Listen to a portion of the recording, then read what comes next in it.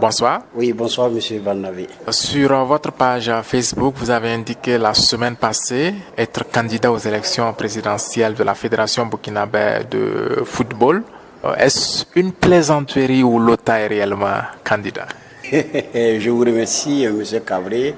Évidemment, la semaine passée, j'ai eu à faire la publication sur ma page Facebook du nom de Abdul Karim Lota Bagna. J'ai bel et bien effectivement publié sur ma page Facebook que je serai le candidat pour les élections présidentielles de la FBF. Et moi, je pense que tous ceux qui me connaissent et qui m'ont côtoyé savent très bien que je suis loin d'être un plaisantin, à moins que tous les candidats sont des plaisantins. Le commun des Burkinabés ne s'entendait pas en tout cas à cette candidature. Par rapport à ma candidature qui, pour certains, est une surprise, pour moi, non.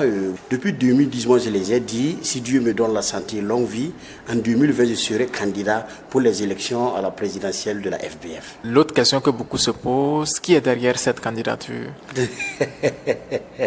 Pour certains Burkinabés, il y a certains super intelligents et d'autres ne le sont pas. Donc à chaque fois, il faut que quelqu'un puisse être derrière une initiative. Bien sûr, il y a quelqu'un derrière ma candidature et cette personne, c'est le football, le monde du football en même temps.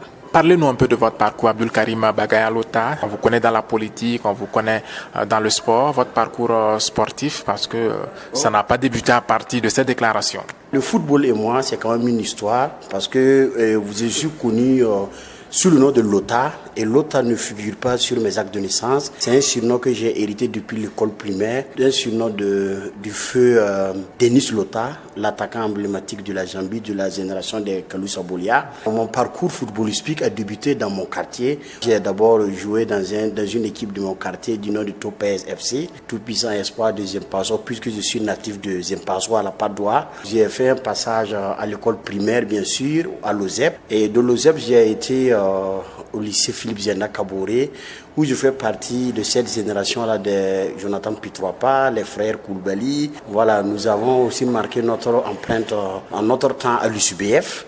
Je me rappelle très bien, nous avons été la première génération des minimes à gagner les PMK. Et ce jour-là, je me rappelle, j'ai été buteur 2 fois. Et à la fin du match, j'ai hérité une récompense du proviseur, M. Sana Ouedraogo. Et à l'issue de cela, j'ai été détecté par le Santos, qui est un club des Angouetins, les rouges et les blancs. J'ai fait pratiquement 6 ans là-bas. Après ça, j'ai fait un bref passage au Kano du Sud et bien sûr au Burkina Moto. On a également connu Lota Lasfa Yenenga. Effectivement, là maintenant, c'est d'acteur à dirigeant. À 26 ans, j'ai été le secrétaire général des supporters en relation avec le comité central de l'Asfa. Vous êtes candidat sous quelle coupe? Parce que beaucoup s'endossent à des clubs, l'autre s'endosse à quel club? Je n'ai pas encore notifié une lettre à proprement dit à la Yenenga, mais j'ai eu le PCA, le grand frère Arma Bewende, maire de Ouagadougou, je l'ai eu au téléphone pour l'informer de ma candidature. J'ai informé aussi Kaboré Arma, qui est le président du comité central. J'ai aussi informé le président de section football Kabré Seydou et le président des supporters qui est Ablassi Yamouyo. Je les ai informés téléphoniquement de ma candidature et très prochainement, je vais les adresser une notification écrite de ma candidature. Et je suis issu des fils de l'Asfa Yenenga, je suis natif de l'Asfa Yenenga. Je ne me vois pas obligé de me présenter sur le coup de l'Asfa Yenenga si l'Asfa Yenenga ne voit pas d'intérêt, mais toujours est-il que je me présenterai sous la coupe d'une équipe. Alors l'autre a une autre question qui est un peu préoccupante, c'est cette histoire de conditions à remplir pour être en règle vis-à-vis. Il y a ces parrainages des ligues, des clubs de D1, des clubs de D2, des clubs de D3. Vous êtes assuré d'avoir ces parrainages avant de vous lancer? Bien sûr, quand on se lance dans une compétition, il faut d'abord se préparer en conséquence avant de se lancer. Et je ne suis pas sans savoir que pour être candidat, en plus de la caution de 2 millions, il faut être parrainé par 2 ligues, 3 clubs de première division, 2 de deuxième division et 1 de troisième division. Et je pense que ce n'est pas un souci. Depuis que j'ai annoncé sur ma page Facebook que je serai candidat, Dieu seul sait combien de clubs m'ont contacté, combien de ligues m'ont contacté et même certains des candidats. Et quand vous parlez de certains des candidats, on peut peut-être s'attendre à peut-être un ralliement, l'OTA qui à la fin décide de désister pour soutenir un autre candidat. Pour ceux qui me connaissent très bien, si je n'étais pas prêt, je n'allais jamais m'amuser à me présenter à une élection qui est très très importante comme la Fédération burkinabé du football.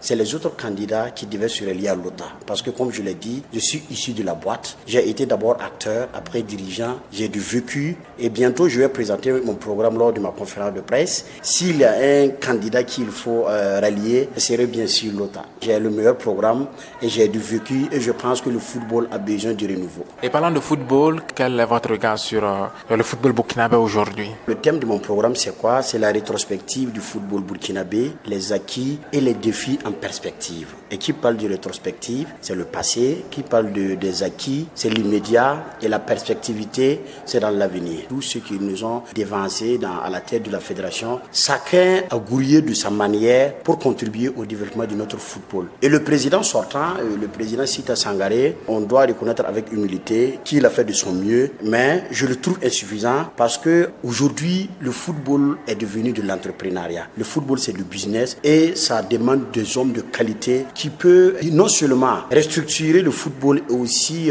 travailler et innover cette classe-là. C'est comme nous, on a l'habitude de le dire dans notre jargon, c'est bon mais c'est pas arrivé. En conclusion, Lota se lance dans la conquête du fauteuil. Et je ne vous dirai pas, moi je suis venu pour diriger la tête de la Fédération burkinabé de football. Et si en réalité les votants devaient se baser sur le plan du programme, s'ils devaient se baser sur le plan qualitatif et sur le plan argumentaire, je pense qu'au soir du 22 août, Lota comme le président de la Fédération burkinabé de football. Et on suppose que vous vous êtes entouré d'une équipe dynamique.